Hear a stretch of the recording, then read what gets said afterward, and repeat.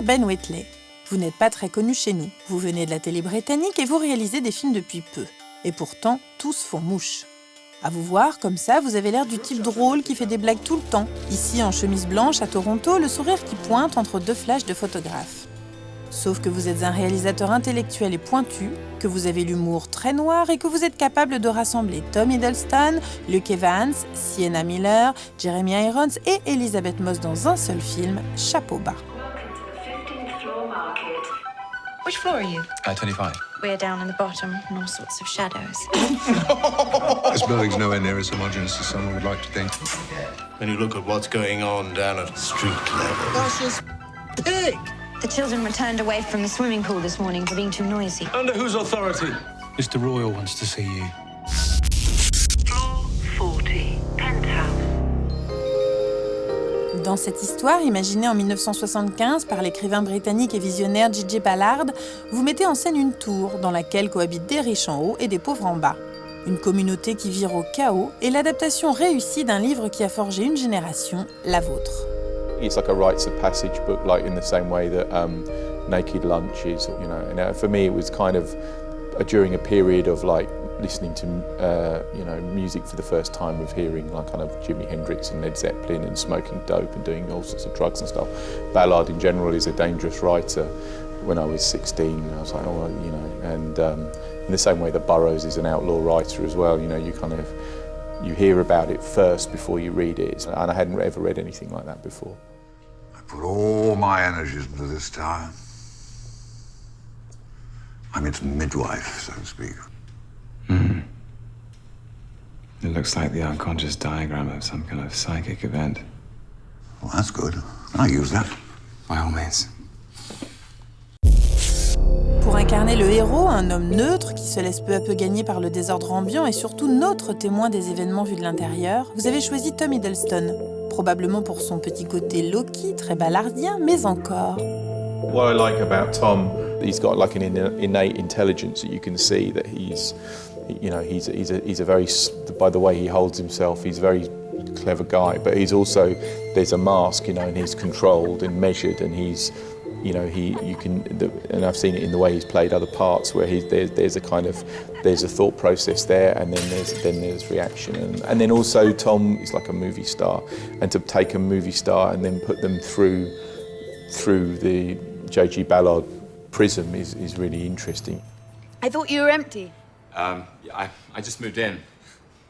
I've always loved the part of Ballard that I still believe he was incredibly prescient about our obsession with technology. He predicted all the things that are now part of our world. He predicted social media, he predicted YouTube and the industrialization of the moving image. Ballard avait vu juste pour l'anticipation sociale. Mais lui qui se plaisait à inventer des personnages ambigus pour mieux désarçonner ses lecteurs, se doutait-il qu'il s'agissait là d'une merveilleuse matière de cinéma?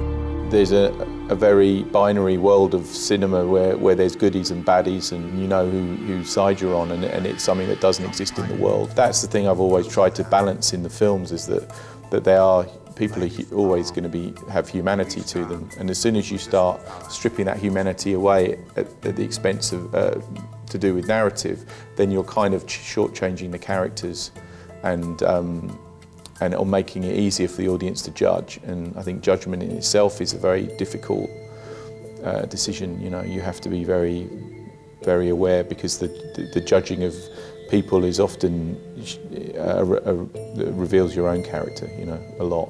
C'est ça qui est intéressant en tant que spectateur, évoluer dans son jugement des personnages. Mais ce n'est pas facile à vivre, et heureusement qu'on rigole dans votre film, car bonjour l'angoisse de cette satire sociale très dure. A movie which has no humour in it, there's no laughs in it at all. It feels slightly bogus to me that it's not like it's not like real life, So that's kind of it. But then also, yeah, you're right that if you're going to tackle difficult subjects, then with no humour at all, it's like you're not giving the audience anything. You're kind of punishing them slightly and not helping them. I mean, after all, it's meant to be entertainment. It's not meant to be just telling people that their lives are shit. Oui, vive le cinéma qui pense nos plaies en nous faisant sourire. Et maintenant, la question qui me brûle les lèvres, pourquoi est-ce que ces braves gens ne quittent pas la tour infernale, je vous le demande. But that's the question, isn't it? Yeah, but why? For But you? why? in But your for you, opinion? for why? You know, that's the thing. That's what you have to ask yourself.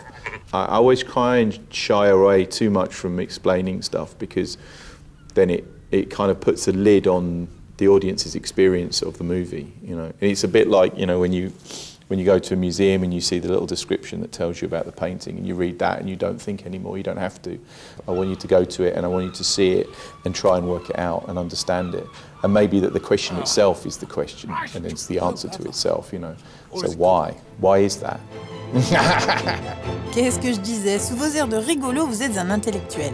Vous me direz, il n'en fallait pas moins pour oser mixer ABBA et Clint Mansell dans le même film sur fond de questions existentielles du type « L'homme est-il naturellement bon ?» Merci d'avoir éveillé nos consciences avec ce film philosophique. Embrassons le péché originel et tous ensemble retournons dans la tour pour mieux comprendre pourquoi on s'y complète tant.